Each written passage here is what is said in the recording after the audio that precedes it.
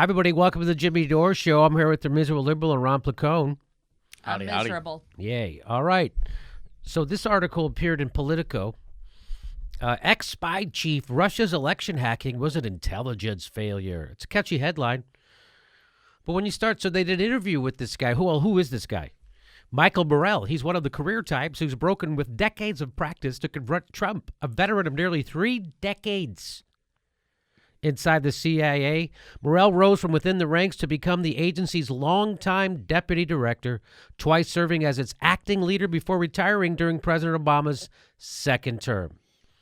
And then in the summer of 2016, he broke with tradition to endorse Hillary Clinton over Trump, and he has continued to sound the alarm ever since. So that's who he is. And so he goes on to, in the article, he talks about how we took our eye off the ball. The problem's Russia. And which is bullshit, just flat out. Again, I'm going to remind people, Russia spends $65 billion on their military a year. We're spending $700. Okay? And we're lighting the world on fire with bombs. And am I wrong about that, Ron? You read the article. Did you think that's the case he was making, trying to ramp up a Cold War again? Yeah, well, the case he was making was he was just kind of saying, oh, we took our eyes off this, and this, because he sees all of these elements differently than I think you or I see them, you know, like the Facebook thing, for instance. At one point in the interview, he talks about like, oh, totally overlooked that. And, you know, to me, the idea of, okay, a bunch of random Facebook ads were bought from a country that has millions of people in it. There was no cohesive theme. This is not even a factor. That's the way I see it. But to someone like that, who is always thinking in terms of defense and more war, it's like, oh, this is a cyber weapon that I didn't see. So it's kind of like getting into that mindset. So that was sort of the gist of the interview. So to me, this political article buries the lead. Mm-hmm. The lead isn't that the 2016 thing was a failure of intelligence. That's not the lead was what he's about to say now. Mm-hmm. So here he is in conversation, and he says this, Morell. So let's talk about what I think the possibilities are going forward. He means with the Russiagate investigation. So, I would not be surprised if Bob Mueller concludes that the Trump campaign did not violate the law with regards to its interactions with the Russians. He would not be surprised. Like, if that happened, he would be like, yep, makes sense. I'm really open to that possibility. Why is he open to the possibility that Trump didn't break the law and Mueller won't charge him? Why? Because, as you know, this is Morell talking, the New York Times, the Washington Post, and every media outlet that is worth its salt has reporters digging into this, and they haven't found anything. Well, they think they find something every week, and then they have to retract it, and then they have to suspend the reporters. But not CNN. They're not doing that. Neither is MSNBC. They don't suspend their reporters. You can get stuff wrong, and it's no big deal. And I think that, this is Morell talking, and I think that had there been something there, meaning had there been something to this Trump colluding with the Russians over this hacking, if there had been something there, they would have found something. And I think Bob Mueller would have found it already, and it would have leaked. So what this guy, Mr. 3 decades inside the CIA, deputy director, what he's saying is if they had something, we would know about it. They have nothing. And every reporter in the world is working on this. They found nothing. So I think they're not going to find anything because they ain't nothing theirs. That's what he's saying. So he goes on. So I'm really open to the possibility that there's no there on a crime being committed by the campaign and the Russians, right? That interaction leading to criminal charges. The second point I'd make is that I wouldn't be surprised if there were single individuals who were associated with the campaign who violated the law with respect to their interactions with the Russians on the election. Paul Manafort comes to mind. I think he has little to no integrity. There's no way you spend that much time with the old Ukrainian government and not bump up against Russian intelligence officers a lot. As opposed to the integrity of the entire Congress and Senate. Really? I wouldn't be surprised if there were single individuals who face criminal charges with regard to their interactions with the Russians, and Paul Manafort's a possibility, but that's different than a conspiracy by the campaign, right? So this is what we've said. Of course, they're all corrupt. And if you put an investigator in there, they're going to find crimes. Are they going to find the crime that was been screaming at the top of the media's lungs since the election? He's saying no. That's what he's saying. He's saying if there was that crime, we'd already know about it. It already leaked. So he goes on. The third thing I'd say is every FBI investigation that I've ever had visibility into or been involved in, the people who they're looking at actually don't end up getting charged with the crime they were being investigated for. They get charged with something else, right? So that's why, I don't know if you know, they got rid of the independent prosecutor for a long time. After Bill Clinton, by the way. After Bill Clinton got impeached, they got rid of that. So there's no more of that. There's no investigations anymore. Well, now that there's Trump, they decided we're going to get one. Now they got Bob Mueller, and he's going to find a bunch of crimes. Whoever you investigate in Washington, you're going to find a bunch of crimes. Right? So you don't think there was quid pro quo with billions and millions of dollars being dumped into the Clinton Foundation from foreign governments? Okay. And that something else in this case could be the laundering of Russia organized crime funds. That's what we've predicted. And if that was done by the Trump organization, if that was done knowingly, it's a criminal violation. Okay, so now we're talking about totally different things. Now we're not talking about anything that we've been talking about for the last year. So what we've been talking about for the last year is Trump colluded with the Russians in a quid pro quo to hack the elections. Illegally. He illegally conspired somehow with the Russians. He illegally conspired with the Russians to hack into the DNC's servers and John Podesta's servers. And that through the election. That's been the charge. So now he's saying totally other things. That's exactly right. That's exactly what we predicted. And why did I predict it? Not because I'm a fan of Trump. I oppose him 100%. But why we said this was because the DNC is a lying, cheating organization who just lied to the entire country and cheated half their party. And they did it unbelievably uniformly. And when they accused the Russians of hacking, they never allowed the FBI or the Department of Homeland Security to investigate their servers. Neither did John Podesta. So that's it. Game over. If you are a victim of a crime that you want to start World War III over, you call the cops and you have them come investigate the crime scene. They didn't. They called the cops and said, don't come. That's what they did. So that's how you know we'll never know what really happened. And that's why now it turns out everyone's coming around to something we said a year ago. Dumb jagoff nightclub comedians. Do you see how shitty your media is? Do you see why we exist? I'd rather be out telling jokes. Do you realize how bad your media is? I mean, unbelievably bad. Unbelievably. And it's because Bill Clinton deregulated the telecommunications industry, and now instead of having 50 media companies, we have 6. And it's real easy to get them all on the same page with propaganda. Do you have any? Well, I want to say, like, the most important thing, like in regards to this interview, is who the actual source is. Let's take a second. This is, first of all, an intelligence professional with over 30 years of experience.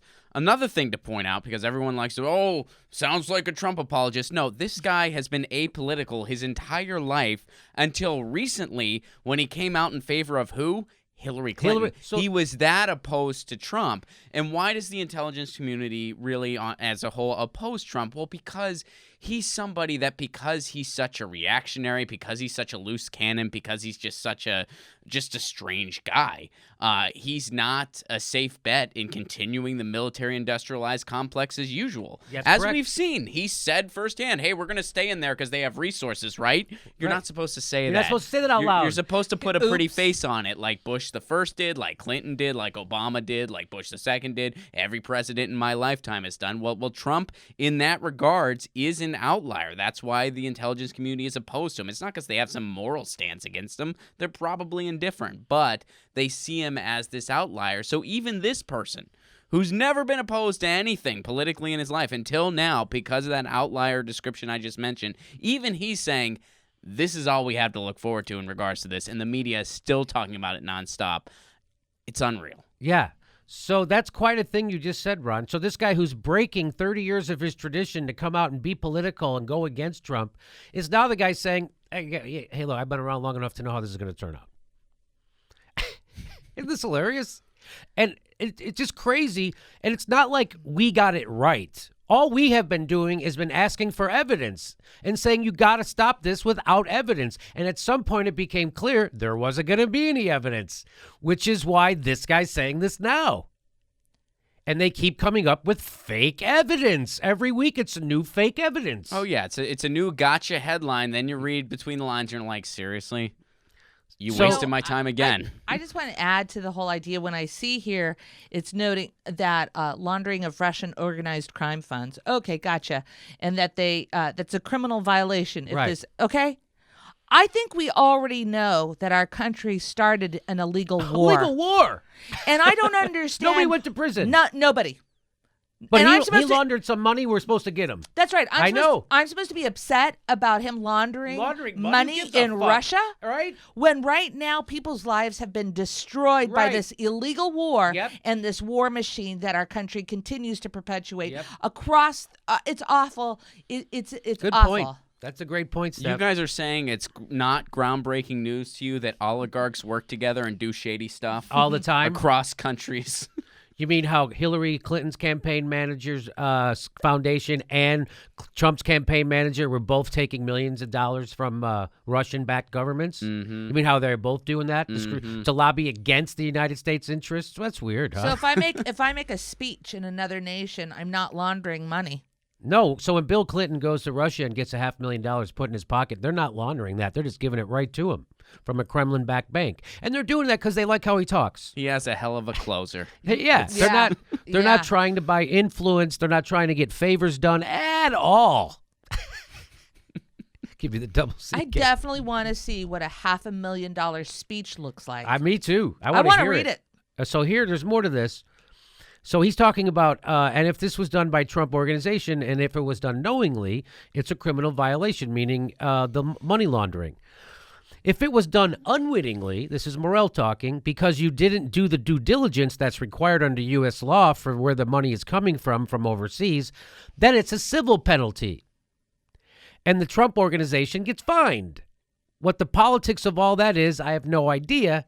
That's the third thing I'd say. So he's got one more thing to say. So he's saying that even if you catch him money laundering, you got to prove his intent, which they're not going to be able to friggin' They do. will not be able to do that. They That's would get right. a lawyer to have them off, and they That's probably right. plan for this ahead of time, and that civil penalty is part of the cost of doing business. That's right. That's how oligarchs work. The fourth thing he says is the obstruction of justice issue, right? Because that's what they're saying now they're going to get Trump on, obstruction of justice. He says, in my view, when I read the statute, boy, it looks like you could make a case. Now, the hard part is intent, right? You have to intend to violate the statute. You have to intend to obstruct justice. That's the difficult piece to prove there. And they're not going to be able to prove that either because Trump's an idiot. And all they have to do is go, this guy doesn't know what he's doing. He didn't know that was obstruction. He thought he was just making a bombastic statement on Twitter. He didn't know he was obstructing. The guy's a moron. And you guys spend, a whole year trying to convince us he's a moron. Well, he's going to use that to his defense in court. So one more thing he says, so here's what he says you have to prove intent.